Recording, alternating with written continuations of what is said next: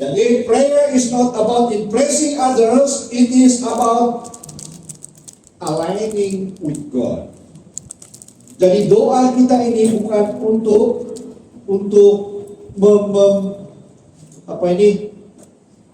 meminta puji ataupun ya minta puji lah itu yang paling ringkas. Tetapi kita aligning, kita mau apa aligning? Kita masih selaras, iya. Kita mau kasih selaras dengan Tuhan. Ada ramuan? Ada sudah kan? Ramuan dia ini. Doa ini harus kita ada. Di mana? Di tepi jalan raya? Di pasar? Di bilik tertutup. Doa pribadi. Kalau kita dapat aplikasi ini, luar biasa hidup kita. Amin. Luar biasa, kamu cobalah. Saya percaya 100%. Oke.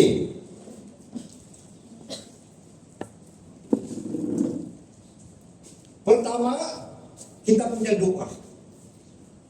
Untuk membaca, untuk memelihara, doa kita ada bentuk dia. Yang kedua, ini ramuan dia. Yang nomor 2. Carilah dulu kerajaan Allah. Apa sahaja dalam hidup kita, carilah dulu kerajaan Allah. Apa sahaja keputusan yang kita mau dalam hidup kita, adakah itu selaras dengan kehendak Tuhan? God's rules must be first priority. Peraturan Tuhan, undang-undang Tuhan adalah priority kita yang utama dan bukan yang kedua. Hidup akan menjadi teratur apabila Tuhan adalah kita punya pusat kehidupan. Jadi 2 sudah ramuan kan? Sedikit saja ramuannya, doa dan priority kita. Oke?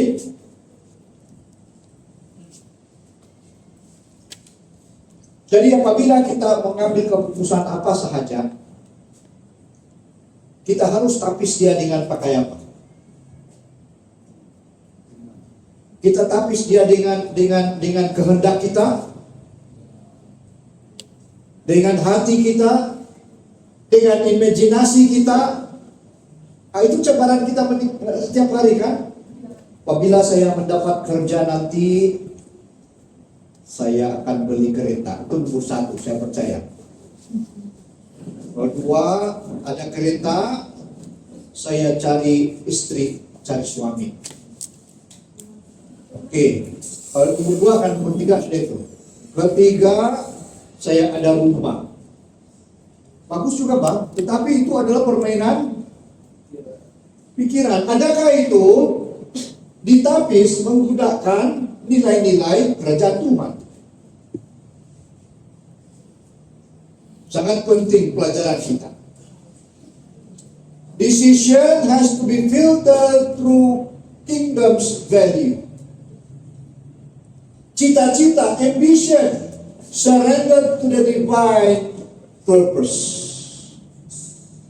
Kita punya cita-cita harus kita serahkan kepada kuasa ilahi untuk menentukan kita.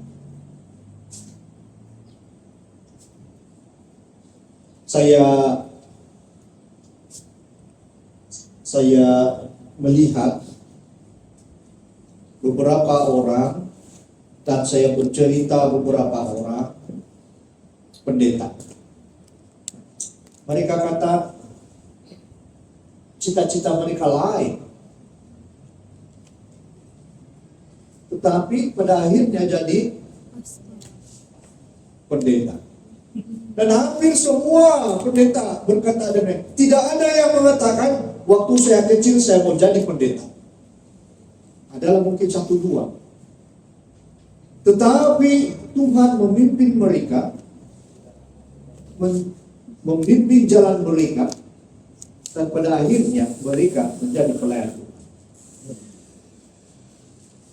Begitu juga dengan hidup kamu semua. Iya. Hidup kamu tidak tahu sebenarnya mana kamu pergi bahkan.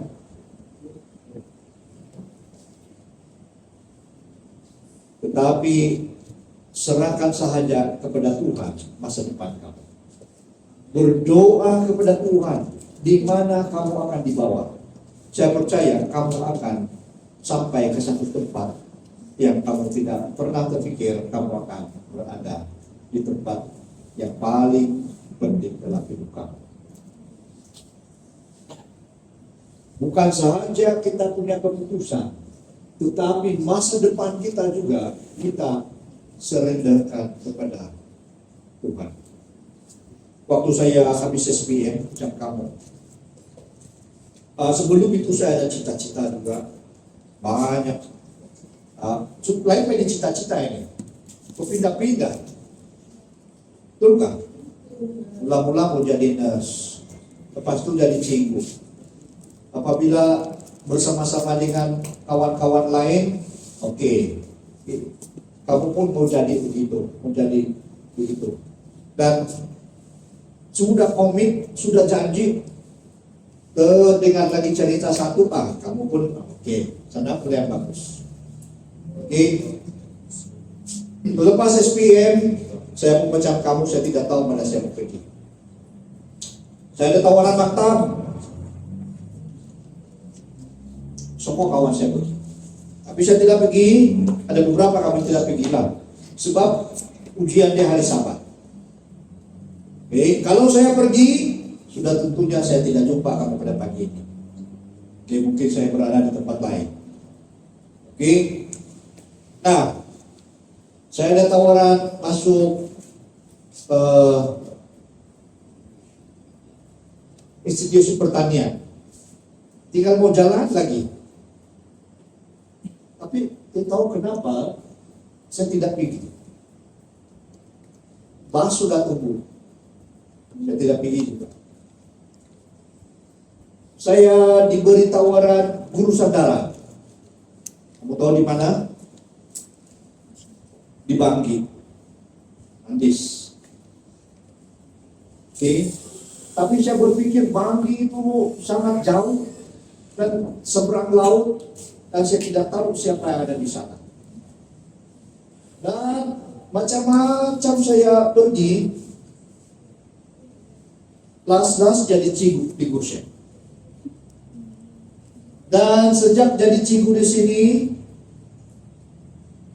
sampai sekarang melayani anak-anak muda. Dan saya sangat gembira di mana saya berada sekarang ini. Sebab joy of seorang guru ialah apabila anak-anak yang dari kecil sampai dewasa membesar dan kamu melihat mereka tetap berada di dalam Tuhan, itu satu kegembiraan yang sangat tidak terkira bagi seorang cikgu. Jadi anak-anak muda semua, cita-cita kamu serahkan kepada pimpinan Tuhan. Alright? God looks at the heart. Ini yang sangat penting. Kenapa dia melihat hati? Sebab di hati itu adalah kerajaan Tuhan ada di situ. 1 Samuel 16 ayat 17. Man looks at outward appearance, but the Lord looks at the heart.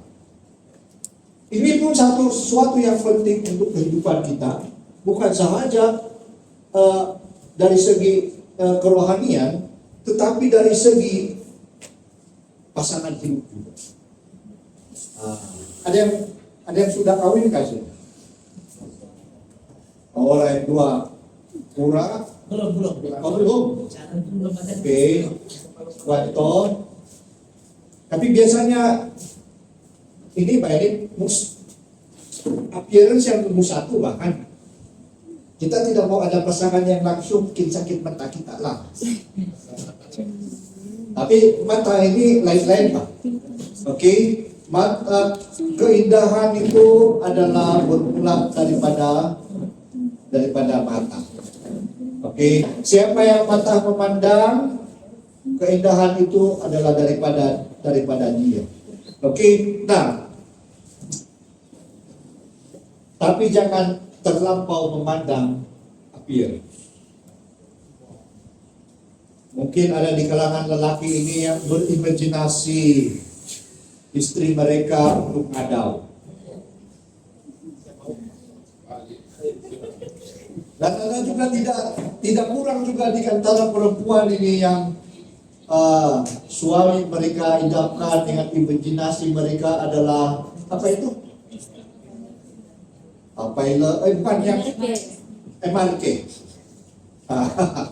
Oke. Tapi tahukah kamu? Selepas saja kamu kawin, selepas umur 40, kecantikan itu bukan saja berubah, tetapi tidak lagi menjadi priority utama. Sama ada dia untuk ngadau Miss Universe, MRK, yang paling handsome di sekolah, semuanya tidak bermakna kalau sudah umur 40 ataupun 50 tahun. Sama saja. Tetapi yang paling penting yang akan tetap kamu hargai ialah hati dan perbuatan orang itu. Betul. Jadi anak-anak muda semua, ini saya punya nasihat lah. Kalau boleh, biarlah kamu memilih pasangan bukan melalui dia punya penampilan, tetapi hatinya. Itu yang paling utama dan berpanjangan. Jadi ada di kalangan di sini mungkin juga yang satu hari nanti kamu punya pasangan, jangan malu-malu. Oke? Sebab kamu sudah tahu dia punya hati. Setiap kawan-kawan kamu yang ada di sini, ini bukan promosi lah. Oke? Jangan malu-malu. Sebab kalau kamu di luar di sana, susah juga kamu mau tahu dia punya hati dia macam. Oke? Jadi the Christianity is not about behavior modification. So, kadang-kadang orang ini pandai memasukkan dia punya kelakuan, Pak. Oke? Tetapi yang paling penting kalau dalam kerajaan Tuhan adalah transformasi hati. Oke? Transformasi hati.